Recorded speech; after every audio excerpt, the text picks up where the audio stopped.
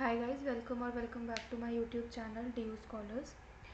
Today we'll be studying the next topic of Unit 4, that is the last topic of data structures, that is list and data frames, right?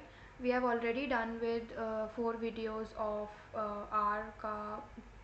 in which we had 2 videos in the Unit 2 and Unit 3 I mean, and 3 videos in Unit 3, and a video of Unit 4 is already posted where we studied about matrices, the recent video. Now we'll be studying about list and data structure, data frames. So let's start with the topic.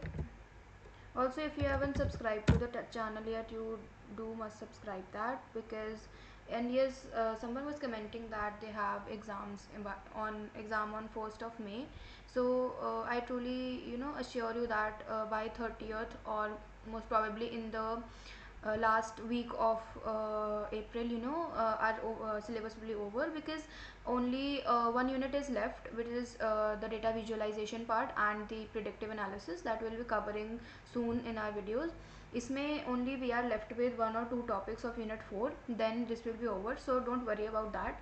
You'll get the videos before your exams very well, and you'll be able to prepare them in a good way, right?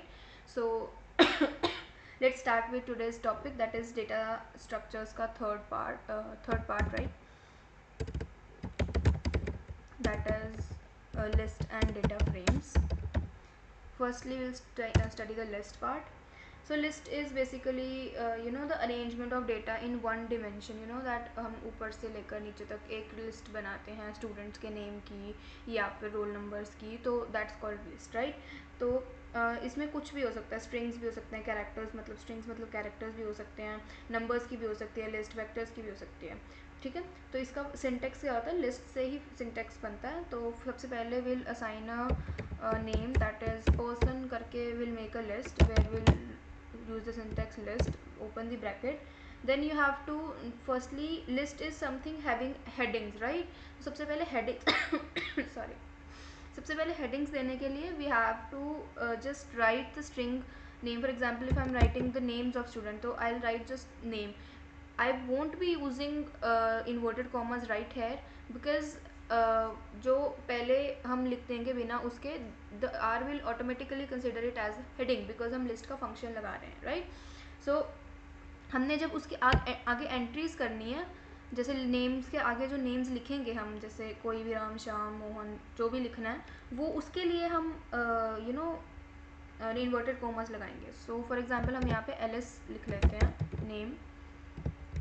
Now the next comma डाल के हम next heading देंगे age, which is 25. इसमें तो नहीं लगेगा because numeric value है. Then third will go for scores.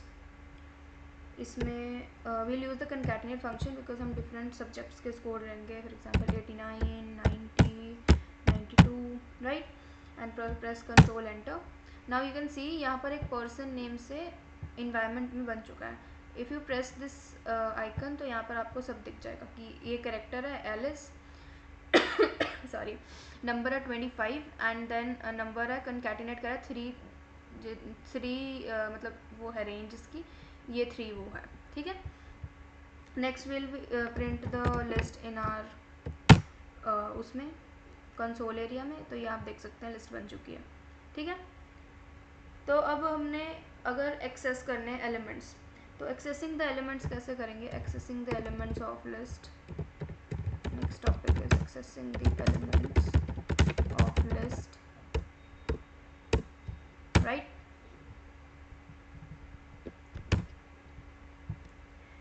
तो सबसे पहले तो हमने जब पोजीशन डिफाइन करनी होती है, तो हम क्या करते हैं, राइट, हम स्क्वायर ब्रैकेट्स यूज़ करते हैं. बट अब लिस्ट का फंक्शन हम यूज़ कर रहे हैं, क्योंकि तो लिस्ट को एक्सेस, उसमें दोनों चीज़ें हैं, नंबर्स भी हैं, वेक्टर्स भी हैं, इंटीजर्स भी हैं, और स्ट्रिंग्स भी हैं, सब तरीके के, राइट? तो वहाँ पर हम स्क्वायर ब्रैकेट ना डाल के, और हमने हेडिंग्स एक्सेस करनी है, स्क्वायर ब्रैकेट ना डाल के we use the dollar sign. कैसे?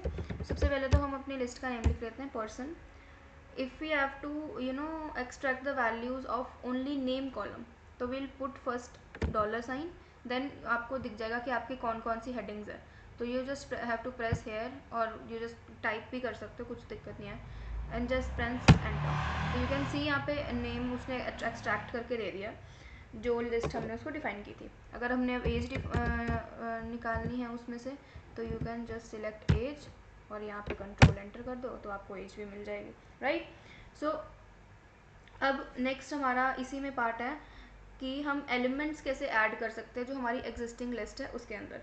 जैसे हमारी यहाँ पे ऑलरेडी पर्सन लिस्ट बन चुकी है, इसमें हमने और एलिमेंट्स ऐड करने हैं, है ना। तो वो कैसे करेंगे, तो वहाँ पे हम यूज़ करते हैं अपेंड का फंक्शन यूज़ करते हैं, like adding the elements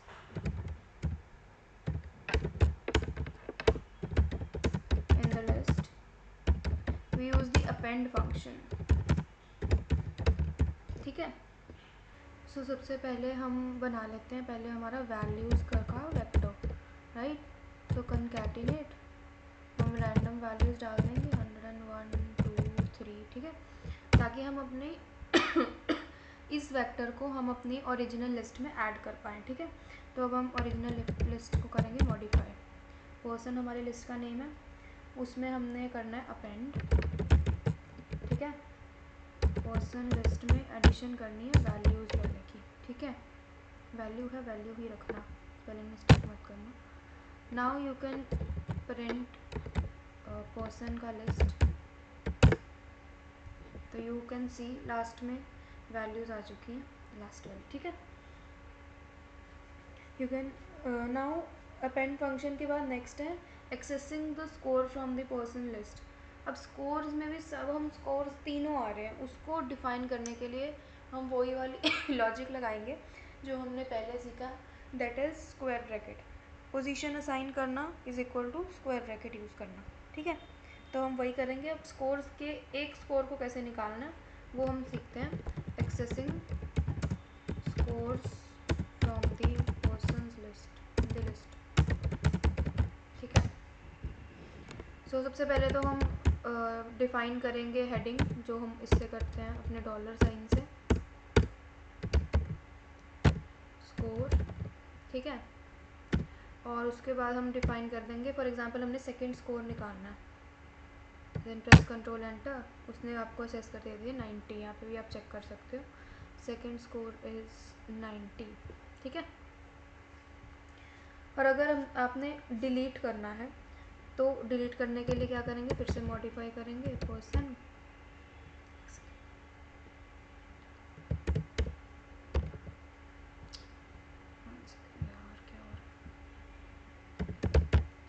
person and you have to delete second वाला, तो -2 कर देंगे, control enter, then print person to check it, ठीक है। देख सकते हो आप डिलीट हो चुका है सेकेंड वाला, दैट इज़ एज का कॉलम डिलीट हो चुका है, ठीक है।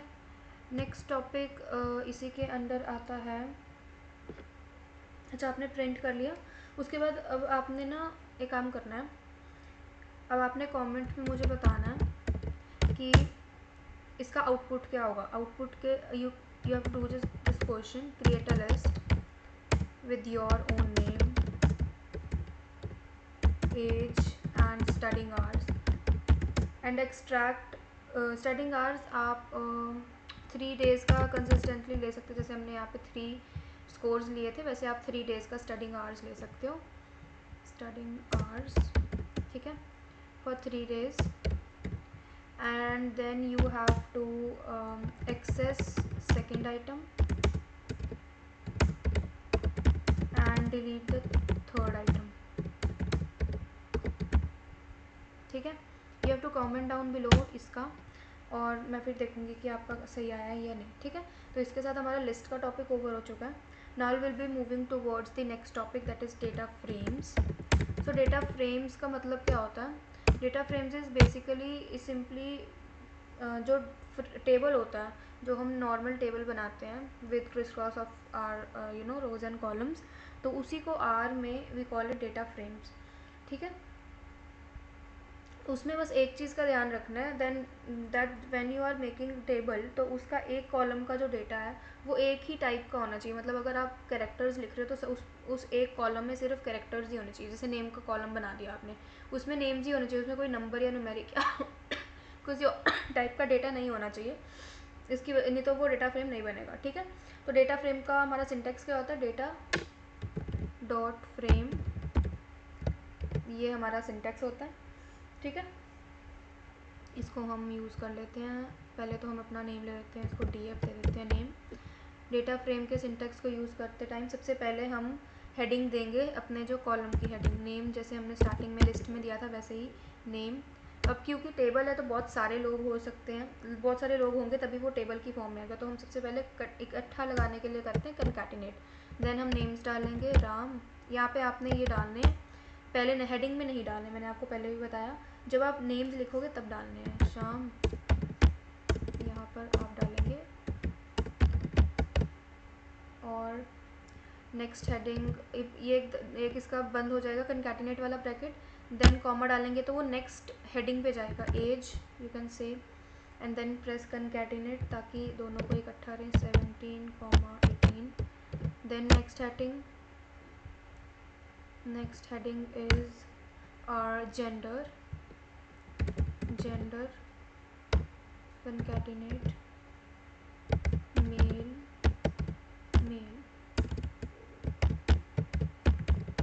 ठीक है। Press control enter. Now just print df, you can see ये किस फॉर्म में आ चुका, टेबल की फॉर्म में आ चुका, नेम एज जेंडर, ठीक है। ये हो गया। अब आप इसका अपने नेम से भी कुछ भी डेटा फ्रेम बना के उसको कोई भी नेम देके you can just practise it. इसका वैसे मैं प्रैक्टिस क्वेश्चन टेलीग्राम पे भी डालूंगी, do join that to access that, ठीक है। अब जैसे हमने एक्सेसिंग एलिमेंट्स किए थे लिस्ट में, हमें आउटपुट इसमें भी एक्सेस करना पड़ सकता है, तो हम इसमें से डेटा कैसे एक्सेस करेंगे। एक्सेसिंग द डेटा, इसके होते हैं 2 मेथड्स। सबसे पहले हम पहले मेथड देख लेते हैं, फर्स्ट मेथड। उसमें क्या करना है, हम डायरेक्ट जैसे पोजीशन डिफाइन करते हैं वैसे कर देंगे। df हमारा जो डेटा फ्रेम है, पोजीशन डिफाइन कर दी कि हमें फर्स्ट वाला कॉलम चाहिए, कंट्रोल एंटर, उसने हमें नेम दे के निकाल के दे दिया, ठीक है। सेकंड क्या है, अब मैं तुम्हें डिफरेंस बताऊंगी कि इन दोनों मेथड में डिफरेंस क्या है। सबसे पहले मेथड 2 हेडिंग दे देते हैं सॉरी, जैसे हमने डॉलर के साइन के साथ यूज़ किया था वैसे भी कर सकते हैं। अब कौन सा चाहिए, फॉर एग्जांपल हमने नेम ही लेना है, and then press control enter. अब आप इसमें देख सकते हैं डिफरेंस क्या है। जब हमने पोजीशन डिफाइन करी तो हमें कॉलम वाइज डेटा आउटपुट मिला, बट अगर हमने डॉलर का से उसको डिफाइन किया तो हमें हेडिंग नहीं मिली, उसने हमें 1 लिख दिया कि फर्स्ट कॉलम के डेटा में, फर्स्ट कॉलम के टेबल के फर्स्ट कॉलम ऑफ टेबल में ये डेटा है, और उसने वो हमें रोज़ में दी। सो सिर्फ इतना ही डिफरेंस है, तो वो आपके ऊपर डिपेंड करता है कि आपको अपना आउटपुट किस फॉर्म में चाहिए, उस हिसाब से आप पोजीशनिंग कर सकते हैं, ठीक है।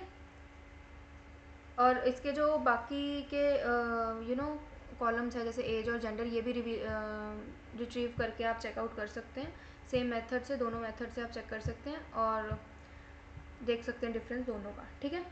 अब हमने अगर ऐड करनी है rows, adding the rows to the data frame, ठीक है। उसमें क्या करेंगे, इसका मैंने तुम्हें पहले भी फंक्शन कराया है। जब रोज़ ऐड करनी है तो हम आर बाइंड का यूज़ करते हैं, कॉलम्स ऐड करने हैं तो सी बाइंड का यूज़ करते हैं। ये हमने लिस्ट मैट्रिसेस में भी किया था, इसमें भी सेम ही है। हम सबसे पहले आर बाइंड का फंक्शन देख लेते हैं, df आर बाइंड। बस एक चीज़ का ध्यान रखना है कि जितने आपके ऑलरेडी रोज़ बन चुकी हैं उतना ही डेटा आप एंटर करोगे। मतलब जैसे यहाँ पर हमारे पास 2 रोज़ हैं, ठीक है, तो आप जब रोज़ में एंटर करेंगे तो वो 2 ही इसमें आने चाहिए। अब मैं आपको बताती हूँ कैसे। आर बाइंड में सबसे पहले हमने उसको डिफाइन करके बता दिया कि df में चेंजेस करने हैं, क्या चेंज करना है, कंकैटिनेट करना है, आगे उसका आना चाहिए नेम अमित। रोज़ की तो हेडिंग नहीं होती ना, तो हमने सिर्फ एडिशन करना है। उसके बाद 20 उसकी एज आनी चाहिए और मेल आना चाहिए, ठीक है। Press control enter, press df, तो आप देख सकते हैं थर्ड रो में अमित आ गया।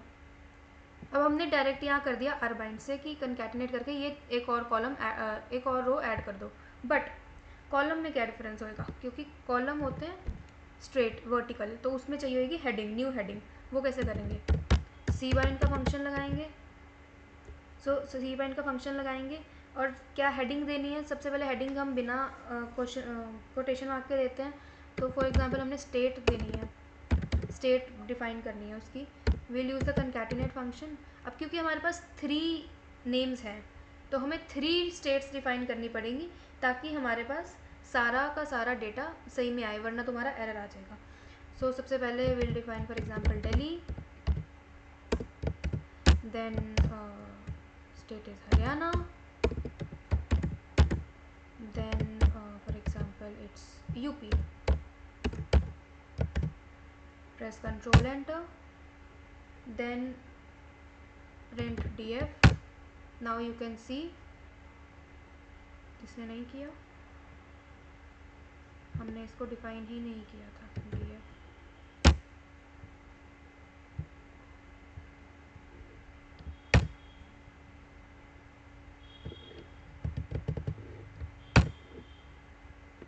एरर क्यों आ रहा है इसमें, चलो कोई बात नहीं, हो जाएगा। मेरे को शायद यहाँ पे देखना पड़ेगा क्या दिक्कत आ रही है। Let me type it again. अच्छा मैं देखो रन नहीं हुआ क्योंकि मैंने हैशटैग डाल दिया था गलती से, sorry. df cbind, now we have to write state, concatenate का function, first was Delhi, then Haryana, then UP, press control enter. Now it is giving a state का कॉलम ऑल्सो। एक्स्ट्रा उसके साथ नहीं आ रहा क्योंकि आई थिंक ये ना उठा नहीं रहा है इसके साथ। Let me see again, I am so sorry if you are getting confuse, पर मैं आपको अभी 1 मिनट में बताती हूँ क्या हो रहा है।